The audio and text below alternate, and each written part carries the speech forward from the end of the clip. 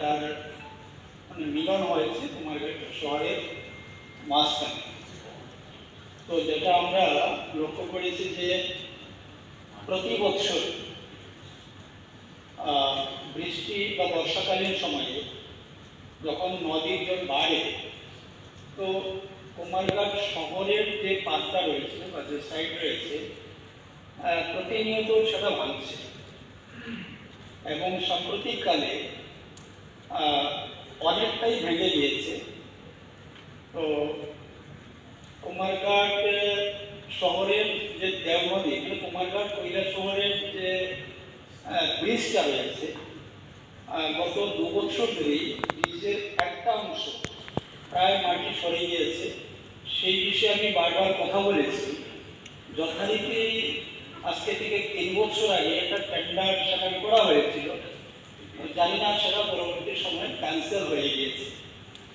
যদি কোনো কারণে এই ব্রিজের অংশটা যদি ভাঙে তাহলে ব্রিজটাও ভেঙে পড়ে যাবে, পাশাপাশি সমস্ত নদীর জল শহরের ভেতরে ঢুকে যাবে।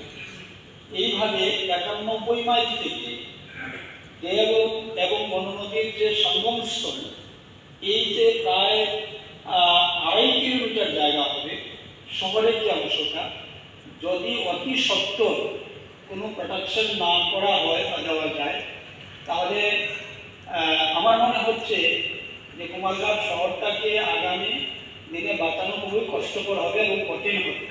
অতএব অতি দ্রুততার সঙ্গে যেন কুমারঘাট শহরকে বাঁচানোর জন্য বা শহর এলাকায় যারা বসবাস করতেন, যারা পরিবার রয়েছে, তাদের বাড়িগুলোকে বাঁচানোর জন্য একটা বিহিত ব্যবস্থা বা তার একটা প্রোটেকশনের ব্যবস্থা অবশ্যই সেটা করার প্রয়োজন আমি মনে করি।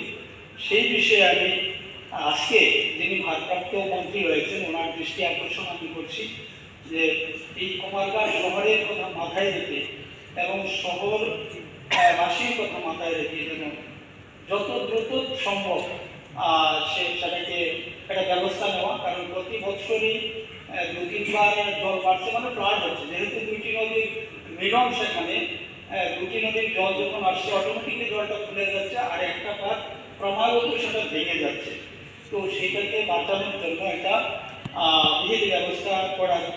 আমি যখন ওয়াটার রিসোর্স দপ্তরের সঙ্গে কথা বলেছিলাম, ওনাদের বক্তব্য ছিল যে অর্থের যে বিষয়টা, আমি বলবো যদি সেখানে পর্যাপ্ত পরিমাণ সেই অর্থের ব্যবস্থা না হয়, তাহলে SDRF থেকেও যদি অতি সত্বর সেটাকে টেন্ডারের মাধ্যমে বা যে কোনোভাবেই যদি একটা প্রোটেকশন দেওয়া হয়, তাহলে কুমারঘাট শহরটা বেঁচে যাবে। তাই আমি মাননীয় মন্ত্রী মহোদয়ের দৃষ্টি আকর্ষণ করছি। ধন্যবাদ স্যার।